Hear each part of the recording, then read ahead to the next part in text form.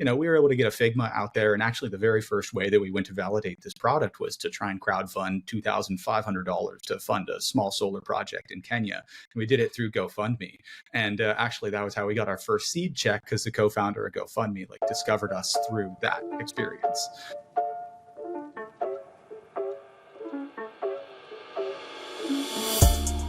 Welcome back to the CleanTechies podcast, where we interview climate tech founders and investors to discuss all things building and investing to solve the biggest challenge of our generation, climate change. Today we have the first founder episode in our new format, and we are kicking it off with a banger. Our guest is Will Wiseman, the co-founder and CEO of Climatize, and they have a crowdfunding platform to democratize investing in clean energy projects in the US, specifically smaller community solar projects and DERs that are often not funded by traditional PE given how small in size they are.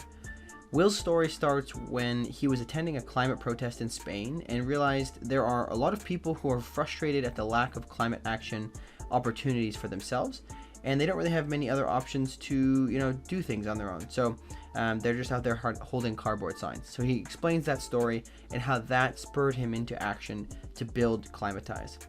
Today he tells us that story and gives us some insights and advice that he's learned on his journey, including how they built their MVP, how he goes about hiring, and some of his tips for raising capital.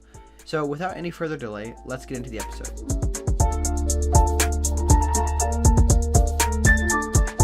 All right, welcome to the show, Will. How's it going today? It's doing great. Honestly, thanks for having me on. Looking forward to this conversation. Yeah, super excited to have you on. Obviously, I've seen a little bit about what you're doing already, and I'm sure some people have seen what you're doing already, because you've been getting around, you've been doing the rounds, man. So excited to have you on. Let's just get right into it. So tell us, who are you and what are you working on today? I'm Will Wiseman, CEO and co-founder of Climatize. We are an investment platform that enables you to invest directly in renewable energy projects in your community and really earn a competitive yield while really seeing the impact of your money.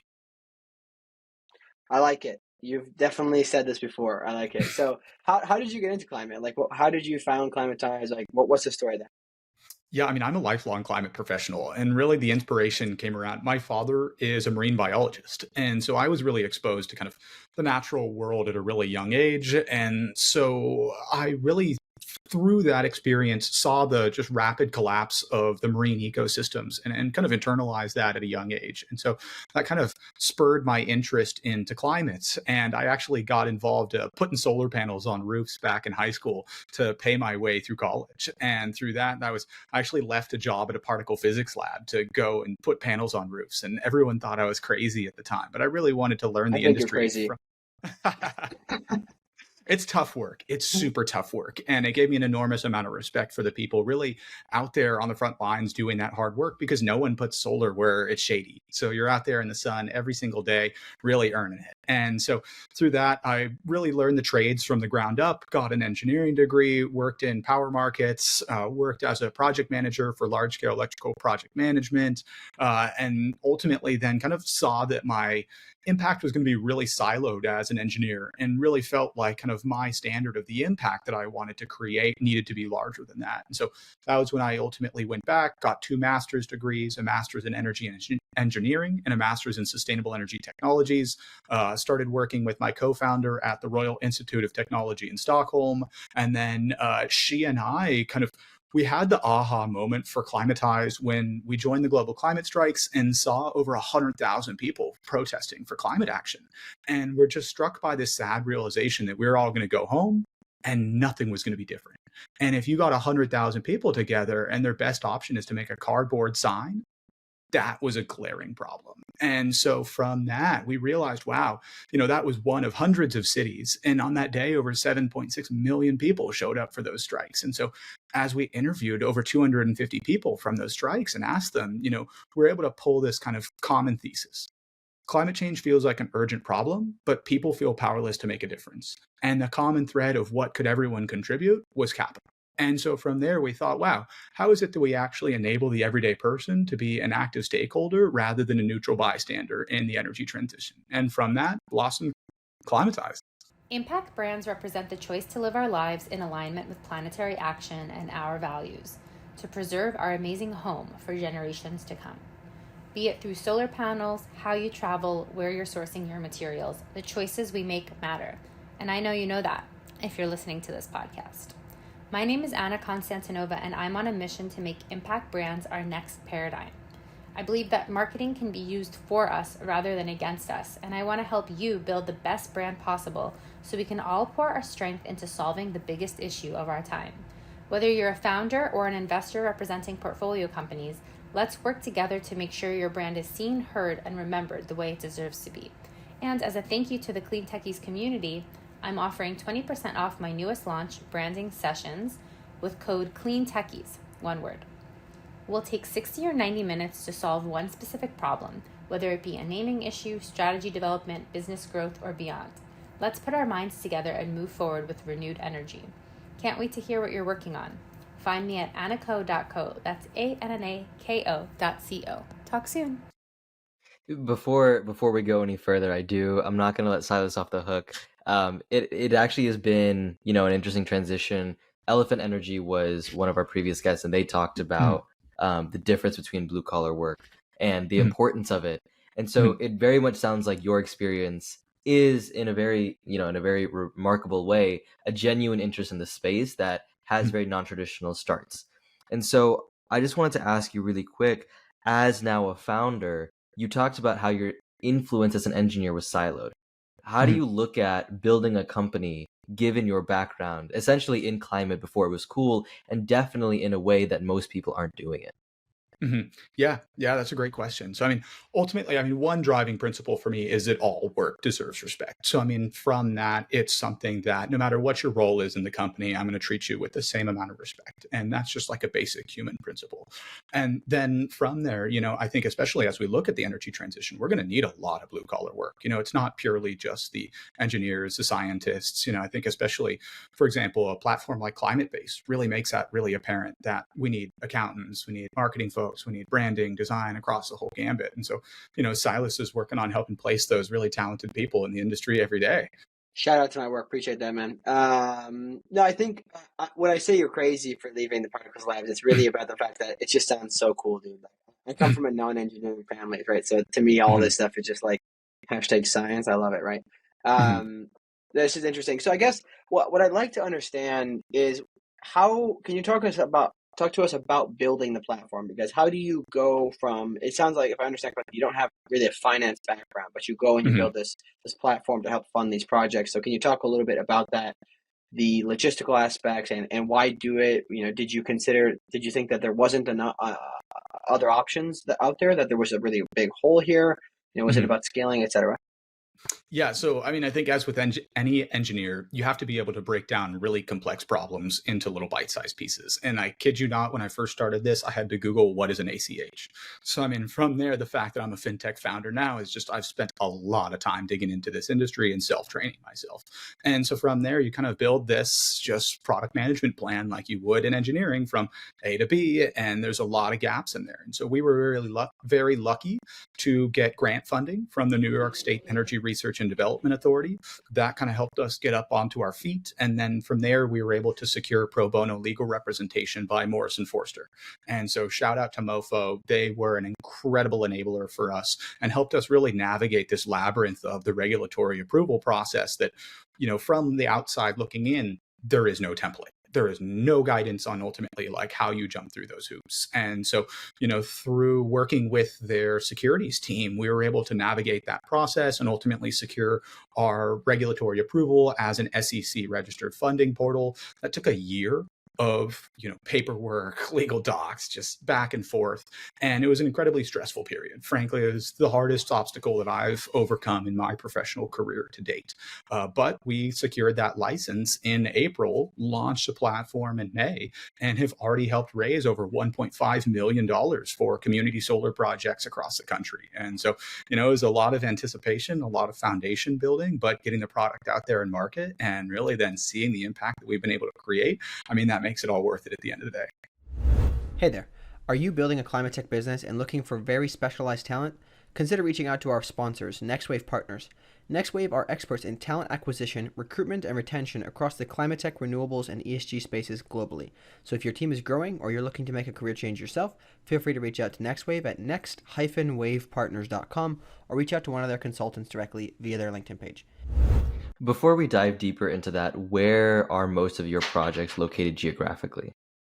Yeah. So first project that we funded was in Massachusetts. The next two were in New Jersey, and then now helping fund a portfolio of projects in Tennessee and North Carolina. So kind of broadly across the whole country. And really what we're trying to do is enable people to fund the energy transition in their community, see the tangible impact of what they invest in. And, if you really want to help accelerate that transition on a community building nearby, come and talk to us. And we want to help see if there's a way to support this and capitalize clean energy in your community. This approach is, really organic, I would say, based on your thesis. And I think there's other players in the space in climate. Elemental Accelerator is one. Shout out to them. They have something called the Square Partnership Model, where you're actively taking in community support to build and implement technologies like this. In your experience, what has been the biggest difference that you've seen in empowering communities, especially given that you're trying to democratize access essentially to this way of investing in the energy future? Yeah, I actually don't know about Elemental's program. So I'm going to have to look into that one before I can really speak to it, because that would be great. I've listened to Don Lippert's TEDx on how to engage communities in the energy transition, and really do hope to partner with them in the future, because I think we're very mission aligned given, kind of her speech and ultimately the values that they vocalize. In contrast to, say, some other platforms that are in the space, I would say like Raise Green, for example, they're really focused on startup equity, which I think is a really important part in helping new climate companies really get to market and scale. We're really focusing on the projects themselves and saying, here's a tangible kind of backing to your investment. You're actually deploying a clean energy asset with this investment. And from there, the financial products are also different. We are issuing debt products, they're issuing equity. So with that, you're getting kind of investment in a startup, which, can be hit or miss. It can have a great yield. It can go to zero. A debt product is just very different. It has an actual physical asset that it's tied to, cash flows as collateral, as well as assignment of the actual asset itself. And so from that, there's different risk profiles involved, but also, there's a tangible product at the end of the day. One of the things that our investors have loved as we've done customer discovery is that they could drive to maybe the town over and actually go see the Shakespeare Theater where the solar project is on. And that kind of line of sight to their impact is something that's really stood out to them, and is kind of similar to maybe like a Kiva model. One thing I wanted to ask specifically about that, you obviously have an opportunity not only by mission, but by market space to be able to do something like this. But that means that there wasn't necessarily a complete saturation of the space to begin with. So, and some of the investors in this space is private equity. So just generally speaking, at a high level, why do you think that, private equity or other players weren't filling this gap in the first place? Yeah, definitely. So one of the kind of themes that we've seen is that projects below $5 million really struggle to attract debt financing. And that's because kind of time and transaction cost for these financial institutions is relatively similar on a $100 million project as it is on a $5 million project. And so because of that, they just kind of overlook this middle market of assets. And so while there are some institutions that are getting involved with these kind of mid-market community solar projects, what we found is that the pipeline of assets is vastly exceeding than the total capital available. And so through there, we see a real opportunity to come and bring in this kind of community-driven finance in a way that hasn't really been available previously. Top 25 community solar project developers in the industry are decently well capitalized, but there are 573 developers, like unique developers. And below that, those developers are really kind of deploying their cash into building projects and then either building it off a balance sheet and then waiting for cash flows to kind of spit out a new project, or they're selling that asset off to NextEra or Nexamp. And so because of that, they're either on this kind of perpetual treadmill of never really getting ahead, or they're in this vapor lock where all of their capital is locked up into a project. And so we see a chance to come in and kind of break that up by providing debt financing on these projects where they can go and redeploy it to new assets.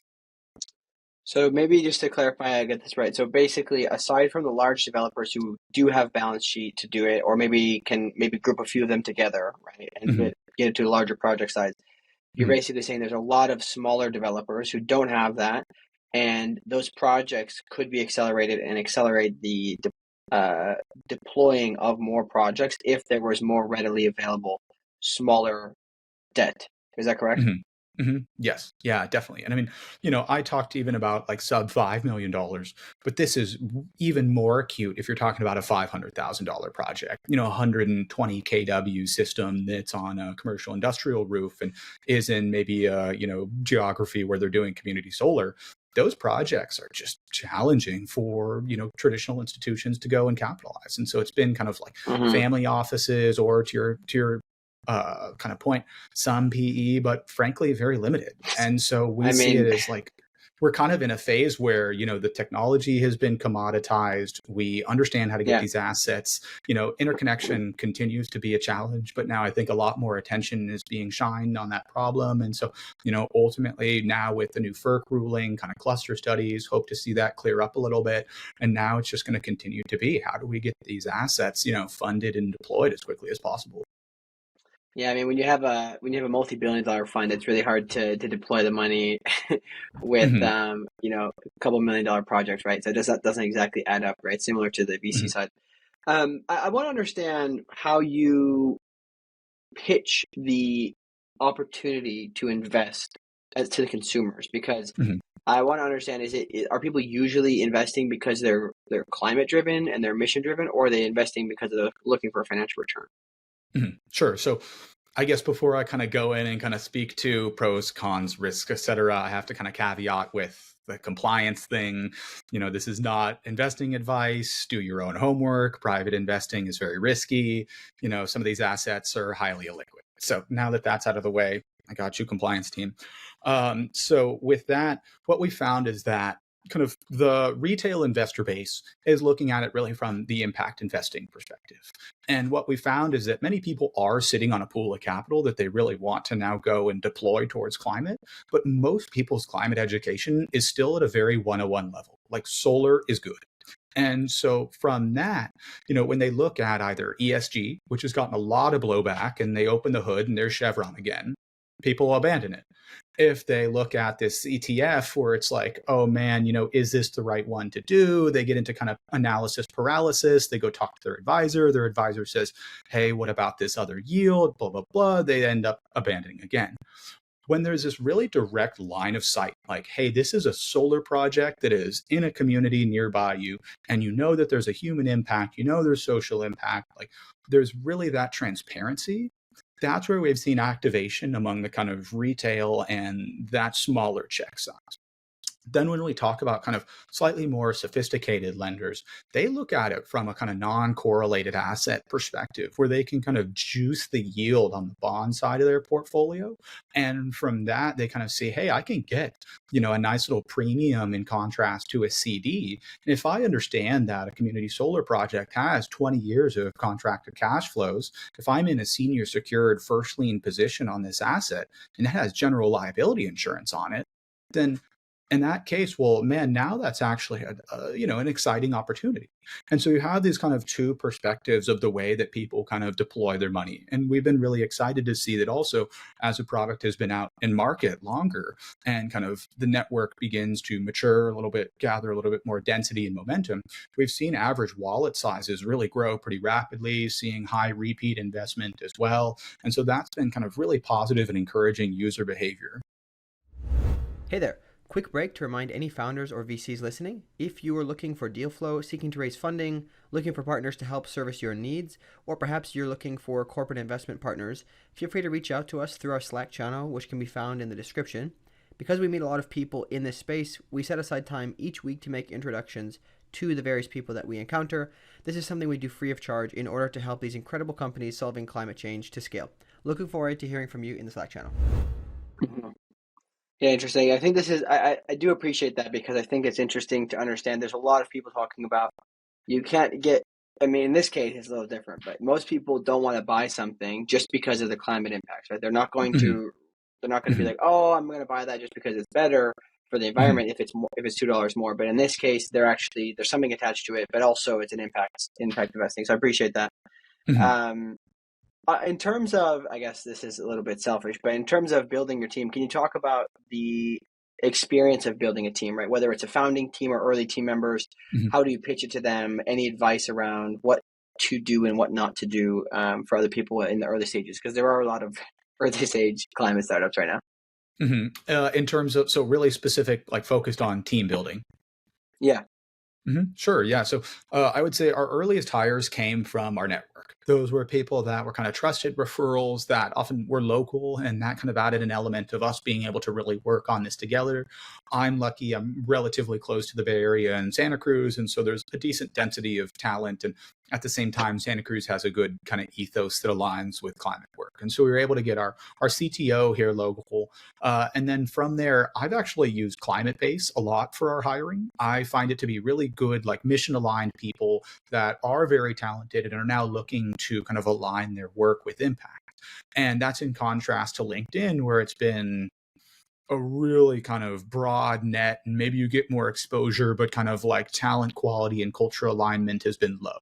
And so through that, really like leveraging network first and foremost. We just brought on a CMO, Elias Frankel. He was a reference from my mentor, Brian Bursick, who founded Wonder Capital.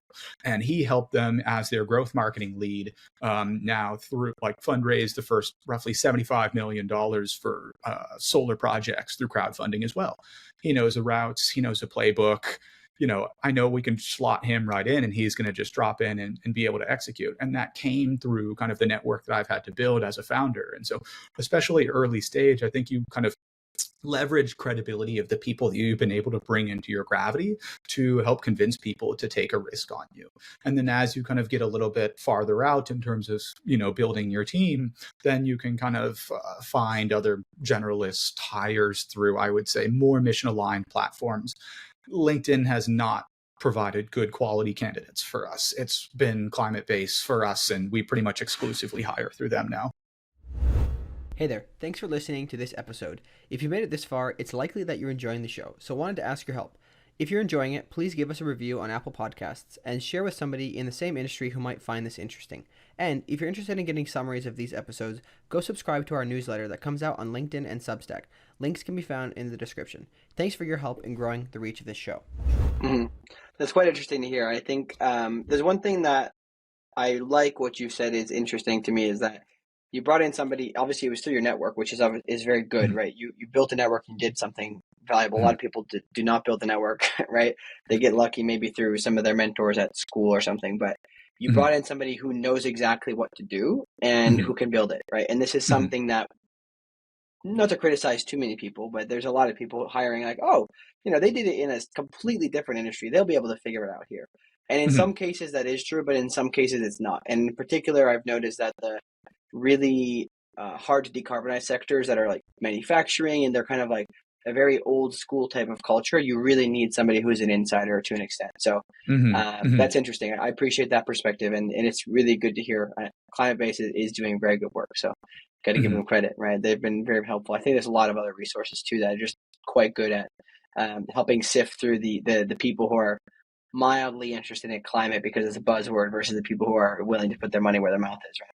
So yeah, appreciate that. 100%. And I also think, I've made my own hiring mess ups. Like it's tough. I think at best, even the best of the best, maybe bat 50% on that front. And the hardest thing is, you got to find that cultural alignment because, it takes a lot of resources, time, energy, money to go and hire people.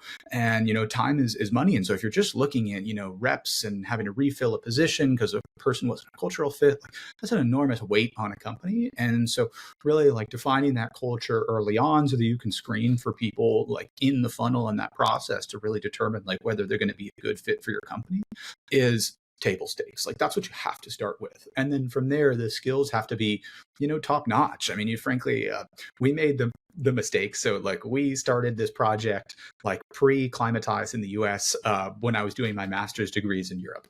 And we gathered a small army of like 14 interns. And it was not It did not work. And like when you have to like handhold people and teach people, like that's great for I think a later stage company where you're looking to kind of foster early hires and bring them in. But as a startup, like everybody has to drop in, they're wearing a bunch of hats. You don't have a lot of time to teach people. Like they have to be able to execute autonomously and really do it at like A+ level. And so now with a couple lessons learned along this path, it's been like, okay, we got to find the absolute A+ people and stop at nothing less and just be ruthless about kind of finding those people. Before we transition into getting to learn from you and your experience, I do want to talk a little bit about the product, but specifically how Mhm. it grew, because I think that definitely deserves some light here. So obviously, you mentioned building out your technology while figuring out all of the grant process was incredibly challenging, but Mhm. you've been able to get past that and grow your product. So can you just tell me what have some of the biggest challenges been for you in trying to grow your technology now that you have a build, and how have you overcome them? Yeah, definitely. So, I mean, as we think about kind of a two-sided marketplace in a regulated industry in renewables, which is equally regulated, like we really chose like the black diamond of all companies to really like, if we're talking like a skiing analogy, we did not go easy on this one. And so from there, I would say first biggest challenge was the regulatory approvals. I mean, oftentimes as an entrepreneur, you want to kind of make a spit and duct tape version of your product to be able to test. And so, we were able to get a Figma out there. And actually, the very first way that we went to validate this product was to try and crowdfund $2,500 to fund a small solar project in Kenya. And we did it through GoFundMe. And actually, that was how we got our first seed check because the co-founder of GoFundMe like discovered us through that experience. But then, now as we have product in market, as we're getting out there, you look at this kind of two-sided marketplace and you go, okay, I have to solve for supply first. And so you have to go and get the projects. You actually create that kind of pipeline, validate that there's interest and that people would even want to like raise capital in this way. And ultimately also, where do you sit in that cap stack? Where can you come in at the right phase? As we then solve for that problem, then now we're kind of shifting over, really focusing on demand generation and ultimately like investor and capital acquisition. From that now, we found that frankly the best way to do it is to be on podcasts like this, come in and have an honest conversation so that you can hear who I am, you can like see that I'm a credible person, that I know this industry, and like I can speak to it in fluency. And from there, to raise this first $1.5 million, we've spent $0 on marketing. And it's because I've been running around getting the story out there and really showing that like, we're building a movement. Do you want to be part of this? This is not a like kind of sham sell. Here I am. You can hear my voice. You can see my face, and getting this message out there to show people that, like, hey, this is here and this is now, and this is a new way to actually invest in the energy transition. And so, demand gen is now kind of the focus that we're really chewing on, and then from there it'll shift back over to supply side as we ultimately kind of rebalance the marketplace and get greater liquidity. I think you gave us something that we're very happy to hear. So I definitely +1 on the podcast having good reach. Mhm. And so I think we're coming into the last third of the show. Mhm. I've loved everything you said so far. So really want to break this down for the audience to Mhm. get some of your great insight and walk away from this like having really understood the things that you've been able to learn. Mhm. So could you just tell us your, generally speaking, top 3 pieces of advice, bite size, minute long? Just what would you really, if you were a founder today, with none of the experience you've had thus far, what could you tell yourself to make that experience better? Yeah. So, I mean, if I went back to the beginning of the fundraising journey, I would tell myself kind of calm down. It's a sales process. In the beginning, I took it very personally as people passed. And, that was like a very challenging kind of emotional roller coaster. Nowadays, as I've raised a little bit more money, I mean, we've raised 1.25 million for ourselves. That's like very early days, but still looking at it as a sales process. Like my close average is about 18%. And so from there, I can say, even if a VC comes to me and says, hey, this will never work, this is the stupidest idea ever, I can say, like, roughly every intro I take turns out to about $4,000. So I'm like, okay, cool. Thanks for the $4,000. Like, doesn't really matter if you like it or not. Like, I'll find the right person if it's not you. So kind of taking that more like holistic look of like, okay, everybody's cash is green. You got to find the people you want to go on the journey for like 10 years with. then I would say you got to love your mission. I mean, some founders can do it just purely for the cash and kind of rinse and repeat companies. Like for me, this is one that I want to make really, really big and is something that's like very near to my heart. And so like that is how I get up and absolutely like attack this problem every single day. So like that's kind of like maybe number two for me. And then I think also, the earliest hires, I mean, I wouldn't necessarily call my co-founder a hire, but like having her as then ultimately like the partner in this journey and having kind of complementary personalities, you don't want to have like two yes people that think on exactly the same wavelength. Like I think you want to be kind of yin and yang in a way that helps you look around, corners, kind of dodge landmines. And that has been a real enabler in terms of like finding the right people to go on this journey with, and also getting rid of the people who are the wrong people to go on this journey with. Yeah, I think it's really hard to do that. A lot of companies don't want to be considered jerks or rude people, but I think that if you look at, I mean, I'm a huge fan of the book, obviously, No Rules Rules, about Netflix hiring and culture, how they deal with talent. I think it's quite. I mean, there may be some things I disagree with, but generally speaking, I like that take, right? So I appreciate that. Those are One point really, I'd love really, to add on. One point yeah, I'd love to add on that is like, we look at team building like a professional sports team. Like, are you going to show up early? Are you going to watch the tape? Are you going to put in the reps? And ultimately, like when you look at a professional sports team, like if you're in the World Cup and your goalie shows up drunk, like you're going to put in the next best goalie. It's not a family in the sense that like, oh, it's Thanksgiving, Uncle Greg showed up drunk. It's just Uncle Greg. Like, no, you out there to win the World Cup. Like, if you're not, then I don't think you should be at least the CEO. Maybe you could be yeah, another role, but like I have to make really tough decisions about like the people that work with us. And it's because I wear the weight of knowing that I'm paying everyone else in the company their salary. Like we have to put food on their families' tables. Like we're yeah, accountable to our stakeholders. Like our shareholders are VCs who do it professionally, but the family and friends that trusted to, invest in us in the very beginning. Like I know that is a like consequential sum of money to them, and it's my job to get it back to them. And so, like from that, it's really important to look at it as like it's not a side project. Like this is a yeah. way of life, and you have to make those tough decisions. No, I appreciate that. I think it's very unpopular sometimes to talk about like hustling nowadays, which is really silly, obviously. But it's especially if you're really trying to solve the climate issue. How Mhm. can you get people? How can you solve it if people are like, oh, like all I care about is how much PTO I get, right? Like you Mhm. need to be willing to put in the effort. Obviously, have the flexibility and be human about it, but not like you said, not letting cousin Greg. I'm gonna say cousin Greg because I'm a fan of Succession. But anyways, so okay, cool, very cool. So let's go on to, I guess, when you kind of look forward, what are the biggest challenges that you see specifically in growing the business and scaling? What are the big things you're working on? Yeah, definitely. So, I mean, right now, our just big challenge is investor acquisition and capital acquisition. Ultimately, as we go to, get these projects funded, that's why I'm here having the conversation, running the labs, is to make people aware and show them. They're like, hey, we exist. Come and take a look at Climatize, see the opportunities on the platform. That's kind of the name of the game. We are in the capital business. And so from there, it's, a constant acceleration of how do we fund as many projects as possible. And my personal goal is to fund $1 billion a year of clean energy projects within the next 5 years. And so, that's a pretty audacious goal. And so we have to go out and really push on the accelerator to do that. Hmm. Yeah, I think it's interesting. I would assume to an extent it'll be a little easier for some of the people who are skeptical when they start seeing the returns on it, because Hmm. there's a reason why infrastructure funds invest in this stuff, right? It's Hmm. basically guaranteed money, right? The interconnection issue can be difficult, but it's essentially it's pretty straightforward, right? Yeah, we Building just these returned projects, right? capital back to investors at the beginning of this month. So at that point, we've already helped put capital to work and return capital. So, at this point now we've run water through the pipes of the platform, been able to provide people the returns that they were promised on those debt obligations. And, now it's about, okay, just scale and grow.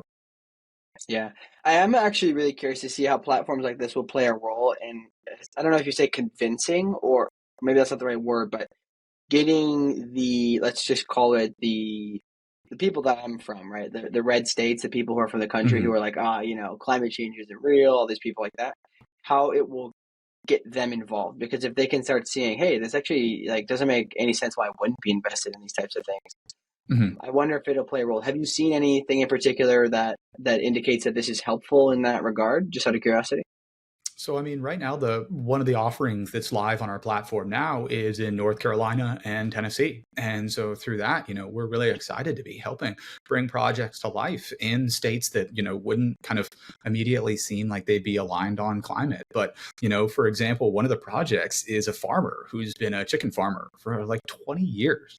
And he has the heaviest accent, but he's there talking about how, he's hedging against energy prices, that he knows that this is a big deal for his kids in global warming. And so I think one of the things in particular with climate and the conversation around it is that it's often not something that people kind of wear on their sleeve as something that is very front and center in things that they're worried about or that they care about. And so, we're already thinking about kind of product features and implementations. So you can really see who in your community are also investing alongside you for these projects so that, next time like we see each other, I can be like, oh, hey, Silas, I didn't know that you cared about climate. I didn't know that you invested in that, solar for a Shakespeare theater project as well. Like, that's very cool. And from there, help kind of bridge that digital physical divide and help kind of bring communities together because, one of the things that we've heard is people do feel very alone in their climate action. And so to the extent that we can help people, earn a competitive return, but also show that like there's a very large coalition like building behind this, I think is one of the kind of intangible goodwill factors that we see beginning to form around the company. Before we wrap up, I just want to second that. I think collective action, like you mentioned, is one of the biggest like trends that we've seen, especially in financial investing. Because I think a lot of people are willing to put capital towards solutions like this, but haven't previously been able to visualize it. So it's an interesting social phenomenon. I think media, like you talked about, doing this media run, getting in front of people, media also has a really interesting influence on that. So it's great to hear about your experiences, kind of really trying to also push forward in technology, because I think we're trying to do the same thing through the podcast media. So yeah, no, I think you guys are doing a great job. Appreciate that. It's a lot of work, man. I think we talked about that beforehand, but any final thoughts to people? Where can they reach you? Like any other things that you want to talk about that we didn't bring up? Yeah, definitely. So, I mean, Climatize is available in the iOS App Store. We're going to be launching Android and a web platform soon. So, please go give it a download, go check it out. You can find me on LinkedIn, Will Wiseman, or reach out to me at will@climatize.earth. Just would love to hear feedback from people as they test out the product. We're always looking to learn from you, our customers. And, that's just so important in this journey. And I hope to fund some clean energy projects with you. Let's get it done, man. Nice one. Sweet.